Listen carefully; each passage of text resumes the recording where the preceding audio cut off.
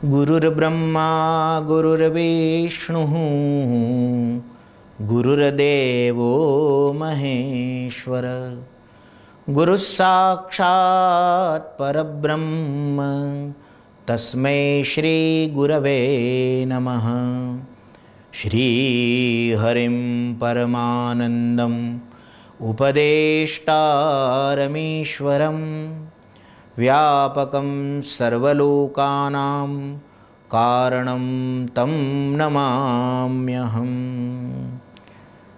तुषारार्द्रिसङ्काशगौरं गभीरं मनोभूतकोटिप्रभाश्रीशरीरं स्फुरन्मौलिकल्लोलिनी चारुगंगा लसद्भाल बालेन्दुकंठे भुजंगा। बोलिए श्री हरि भगवान की जय, सद्गुरु भगवान की जय, चंद्रमौलेश्वर महादेव की जय। श्री हरि भगवान के चरणों में दंडवत प्रणाम, भगवान सद्गुरुदेव के चरणों में दंडवत प्रणाम। और हम सब पर कृपा बरसाने वाले इस पवित्र श्रावण मास में हम सब पर आशीर्वाद की अभिवर्षा करने वाले द्वादश ज्योतिर्लिंगात्मक हमारे भगवान चंद्रमौलेश्वर के चरणों में भी। अब देखिए दोनों बातें हैं, चंद्रमौलेश्वर और चंद्रमौलीश्वर। हमारे व्याकरण शास्त्र को पढ़ने वाले हैं वह उन दोनों शब्द को भी प्राधान्य देते हैं और सत्य कहते हैं कि चंद्र अस्ति मौलु यस्य स चंद्रमौलः चंद्रमौल ए चासौ ईश्वर चंद्रमौलेश्वर। और चंद्रमौलीश्वर चंद्रमौली एव ईश्वर। तो दोनों बातों में ये व्याकरण की बातें हैं, लेकिन भगवान चंद्रमौलेश्वर हमको आशीर्वाद देने के लिए जब विराजमान है, तब आज पांचवें ज्योतिर्लिंग के रूप में भगवान वैद्यनाथ का स्मरण करते हुए कथा गंगा में हम वैद्यनाथ भगवान के प्रागट्य की बात सुनेंगे, गोता लगाएंगे, उनसे आशीर्वाद प्राप्त करेंगे। वैद्यनाथ नाम ही ऐसा है, वैद्यों के नाथ है। भगवान नारायण के रूप में ऐसा कहा गया है, औषधम जाह्नवी तोयम वैद्यो नारायणो हरिः। नारायण को वैद्य कहा गया है, नारायण परम वैद्य है। कभी कभी लोग बुजुर्ग हो जाते हैं और फिर उनका बहुत सारे रोग से घिर जाते हैं, तो फिर डॉक्टर से पूछते हैं, डॉक्टर साहब अब कौन सी दवाएं करेंगे, अब कौन से डॉक्टर को हम ढूंढें। तो कभी कभी डॉक्टर साहब उनकी शारीरिक परिस्थितियों को देख करके अब रिकवरी होना संभव नहीं है, अब यह शरीर ही सपोर्ट नहीं कर रहा है औषधियों को, दवाइयों को, तो लोग डॉक्टर कह देते हैं अब तुम्हारे वैद्य नारायण ही है, वैद्यो नारायणो हरिः। तो नारायण को, और वैद्यो वैद्य सदा योगी वीरहा माधवो मधु। विष्णु सहस्त्र नाम का आप लोग पाठ करते होंगे, तो उसमें भी वैद्य कहा गया है नारायण को। तो ये वैद्य के नाथ है, क्योंकि नारायण क्या कहते हैं, शिव मेरे स्वामी हैं, और शिव कहते हैं नारायण मेरे स्वामी हैं। तो वैद्यनाथ है ना। देखिए अब व्याकरणाचार्य को आप पूछेंगे तो ये अवश्य बता देंगे कि ये दोनों बातें इसमें वैद्यनाथ में स्थिर हो जाती है। वैद्यः विष्णु एव नाथः यस्य सः, तो उस अर्थ में शंकर के ये नाथ हो गए नारायण। और वैद्यः चासौ विष्णु स्वरूपः वैद्यः तस्य वैद्यस्य अयम नाथः इति वैद्यनाथः। तो उसमें शंकर उनके स्वामी हो गए। तो हम तो रामेश्वर वाला वही जो विग्रह है, समास है, यहाँ भी लागू हो जाता है। तो बहुत बढ़िया है, सब शास्त्र की बातें हैं। तो वैद्यनाथ का मतलब होता है भगवान शिव, और वैसे भी वैद्यों के नाथ है, हर प्रकार के रोगों को दूर करने वाले हैं। देखिए भैया, सबसे बड़ा रोग तो भवरोग ही है। लोग कहते हैं हम इस शरीर में से रोगों को निकाल दें, लेकिन शास्त्र के वक्ता सद्गुरु भगवान और हमारे संत महापुरुष ये कहते हैं कि शरीर धारण करने वाली जो प्रक्रिया है ना, वह ही बड़ा रोग है, और उस रोग को कहते हैं भवरोग। और उस भवरोग की दवा किसके पास है, बोले वैद्यनाथ भगवान के पास। तो वैद्यनाथ भगवान बड़े ही अद्भुत चरित्र को सुनाते हैं हमको। तो वैद्यनाथ भगवान का चरित्र आइए हम देखें। वैद्यनाथ भगवान का स्थान बिहार में है। अभी झारखंड में भी कहते हैं, क्योंकि तब बिहार था, अब झारखंड अलग हो गया, छत्तीसगढ़ अलग हो गया, तो प्रांत सब अलग हो गए, लेकिन भूमि वही है। और वहाँ संथाल क्षेत्र है, संथाल नाम का एक स्थान है, परगना जिसको कहते हैं, उस परगणे में ये वैद्यनाथ भगवान का दिव्य स्थान है। कथा कैसी है आइए हम सुने।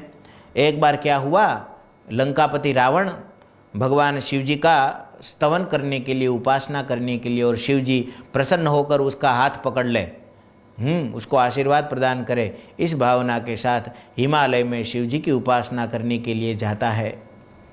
अद्भुत उपासना करते हुए जब शंकर भगवान के दर्शन नहीं होते हैं, तब अपने ही मस्तकों को काट कर वह शिव जी को, जैसे इसको कहते हैं ना मस्तक कमल वाली पूजा करने लगा। शिवलिंग पर अपने ही मस्तक काट, और जैसे ही अपने ही मस्तक काटे और तुरंत उसको दूसरा सिर आ जाए, शिव कृपा से, तपस्या के बल से, शिव जी के आशीर्वाद से दूसरा सिर आ जाता था। एक सिर चढ़ाएं और दूसरा सिर आ जाए। हमारे यहाँ हिंदी भजनों में भी हमारे भजनिक लोग जो है संतवाणी गाते रहते हैं, वे भी कहते हैं ना, शिरों को काट कर अपने किया जब होम रावण ने, दिया अमर वरदान रावण को, अमर कर हो तो ऐसा हो, सदा शिव सर्व वरदाता, सदा शिव सर्व वरदाता, दिगंबर हो तो ऐसा हो। तो सभी वरदान को देने वाले है शंकर। तो जैसे ही एक सिर काट के चढ़ाएं और दूसरा शंकर भगवान लगा दे उसके मस्तक पर, तो ये प्रक्रिया तो 9 सिरों तक चली। 9 सिर अपने अर्पण कर दिए, 10वां सिर आया, उसको जब अपने हाथ में तलवार लेकर रावण काटने लगा, तो शंकर भगवान ने उस हाथ को पकड़ लिया। ठहर जा भैया, ठहर जा, ये क्या कर रहा है तू? बोले क्या करूं? जिस सिर से और जिस सिर में लगी हुई आंख से आपके प्रसन्न श्री विग्रह का दर्शन न होवे, उस सिर से तो सिर का न होना ही अच्छा है। बड़ा प्रेमी भक्त है रावण, किसी की माने न माने, किसी की सुने न सुने, उत्तम ब्राह्मण कुलोत्पन्न था, विश्रवा कुलोत्पन्न था। पुलस्ती के गोत्र में ऋषि पुलस्तिकर विमल भयंका, सुंदरकांड में आप हनुमान जी उनके बखान करते हैं रावण के, कि तेरा कुल खानदान कौन सा है, विचार कर। तो रावण जैसा बनना भी दूभर है आज के समय में। लोग रावण को मिथ्या अपवाद रूप कहते रहते हैं, लेकिन जिस पर शिव कृपा करे उसकी योग्यता में हम शंका करने वाले कौन है? बड़ा ही चारों वेदों को स्वर देने वाला था, उसके विषय में तो क्या कहे, पूरा सत्र अलग से बन जाएगा। लेकिन खैर, तो उस रावण पर प्रसन्न, अरे भैया ये क्या कर रहा है तू मस्तकों को? बोले आपके दर्शन न होवे तो मैं क्या करूं, उस सिर को आपके ही शरण में पधरा देता हूं। बोले बस बस ऐसा न कर। और शंकर भगवान ने जैसे ही उन 9 सिरों को जो कि उनके शरण में पड़े थे उस पर दृष्टिकोण किया, दृष्टि प्रदान की, और 9 के 9 सिर, एक तो 10वां था ही और 9 साइड में लग गए सब, अब तू 10 सिर वाला हो जाएगा। रावण बड़ा प्रसन्न हुआ, आपके दर्शन हो गए। फिर उन्होंने स्तुति की। कहते हैं उस समय में जटाटवी गलत ज्वल प्रवाह पावित स्थले गलेव लंबे लंबिताम भुजंग तुंग मालिकाम डमड्ड मड्ड मड्ड मन्निनाद वड्डमर वयम चकार चंड तांडवम तनोतु न शिव शिवम। ऐसा स्तवन किया रावण कृत। त्रयोदशी के दिन, कृष्ण पक्ष की त्रयोदशी के दिन इस स्तोत्र को शाम के समय में शिव पूजा के अनंतर पढ़ना बड़ा ही पुण्यदायी है। आप पढ़ना इसको। वैसे उच्चारण थोड़ा धराधरेंद्र नंदिनी बड़ा थोड़ा, लेकिन इसको सुनते हुए आप तैयार कर सकते हैं। तो रावण ने बनाया स्तवन, शिव जी का स्तवन किया। शिव जी प्रसन्न हुए, आशीर्वाद दिया। कहा क्या दूं? बोले क्या दूं, आपको लेने के लिए आया हूं। बोले कहाँ? बोले मेरी लंका नगरी में आप पधारे, कृपा करें, मेरी नगरी में आप पधारे। बोले क्या करेगा? बोले बड़ा मंदिर बनाऊंगा, इष्ट भी आप ही हो और गुरु भी आप ही हो। देखिए इस संसार में जिसके गुरु अलग है और इष्ट अलग है, उनको साधना में दोनों का स्मरण करना पड़ता है। लेकिन जिस व्यक्ति का गुरु और इष्ट दोनों एक ही हो, भैया उसके लिए तो क्या है, उसको लॉटरी लग जाती है। गुरु भी वही और इष्ट। और सही बात करूं, गुरु गोविंद एक, दुविधा को दूर भेज, ज्ञान के चक्षु देख, दोनों का ठिकाना एक। तो गुरु और गोविंद एक ही है। तो रावण कह रहा है गुरु भी आप ही हो और इष्ट भी आप ही हो, तो आपको मैं पधरा जाऊंगा, अपने नगर में मंदिर बनाऊंगा। शिव जी ने सोचा, देखो ये अपनी नगरी कर रहा है, लंका पूरा राज्य जो सोने की है वो तो है, तो उसके भाई की लड़ झगड़ा करके, आप शास्त्र में पढ़ना, अब इसका क्या विस्तार करूं मैं। उसके साथ में हाथ में से लेकर वो वहाँ चला गया है। अब उसके साथ कौन युद्ध करे, इतनी सिद्धियों का स्वामी है। तो फिर कुबेर ने भी कुछ विरोध नहीं किया, ये सब बातें आपको पता ही होगी। तो और इस नगरी में सब राक्षसों का निवास है। शंकर भगवान ने कहा असुरों के साम्राज्य में मैं कहाँ जाऊँगा। तो फिर रावण माना नहीं कि मैं ले ही जाऊँगा। तो फिर कहा ठीक है चल, मैं एक शिवलिंग के रूप में प्रकट हो जाता हूँ, उस शिवलिंग को तुझे उठा लेना है। बोले ठीक है मैं लेकर चला जाऊँगा। बोले नहीं पहले सुन ले, उस शिवलिंग को जब लेकर तू जाएगा तो यहाँ से चला जब तू, तो सीधा लंका ही रुकना है। यदि बीच में किसी काम से कहीं रुक गया, और रुकने पर भी कोई प्रॉब्लम नहीं है, कोई तकलीफ नहीं है, लेकिन जहाँ भी तूने उस शिवलिंग को रख दिया उसी भूमि में वह स्थिर हो जाएगा, फिर तू वहाँ से उसको उठा नहीं पाएगा। इसी शर्त के साथ मैं तुझे दे रहा हूँ। अब शंकर भगवान की लीला तो शंकर भगवान ही जानते हैं, उनको ये अनुकूलता नहीं रही होगी वहाँ स्थिर। तो फिर उन्होंने कहा कि ठीक है, और रावण उनको उठा के लेके जा रहा था। और जब वह बीच में ये वैद्यनाथ धाम जहाँ है उस स्थान पर पहुँचा तो शिव जी की लीला हुई। उसको लघु शंका लगी, क्या करे, रुक गया, अब क्या करूँ, हाथ में शिवलिंग है, रह नहीं सकता हूँ, लंका पहुँचूँगा कब।